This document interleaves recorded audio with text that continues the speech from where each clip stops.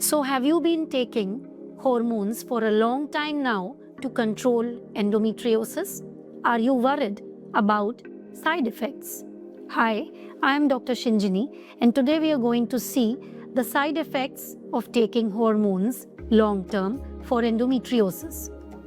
So let's see what are the medications used for suppressing endometriosis.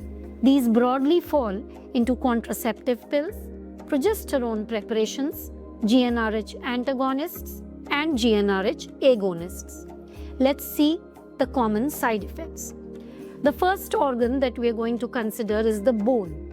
So bone density with long-term use of many hormonal preparations can decrease. This is especially true if you've been put on long-term progesterones, especially the depo-progesterone preparations.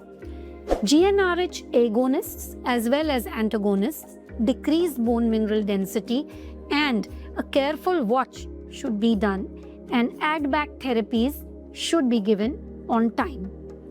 The second organ that we will see is the breast. So, breast health should be strictly monitored if you've been taking progesterone for a long time.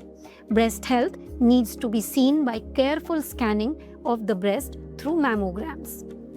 The third thing is about general lipid profile and weight gain. So progesterones do cause weight gain as well as changes in lipid profile, which could indirectly affect your cardiovascular health. So these also need to be monitored. In general, many of the hormonal preparations cause a lot of gastrointestinal side effects like nausea, bloating, etc., and these should be watched for. Hormonal preparations can also decrease your sexual desire and cause a lot of vaginal dryness. This also needs to be considered, and you should speak to your healthcare provider about this. Finally, certain mental health issues may happen because of long-term progesterone intake.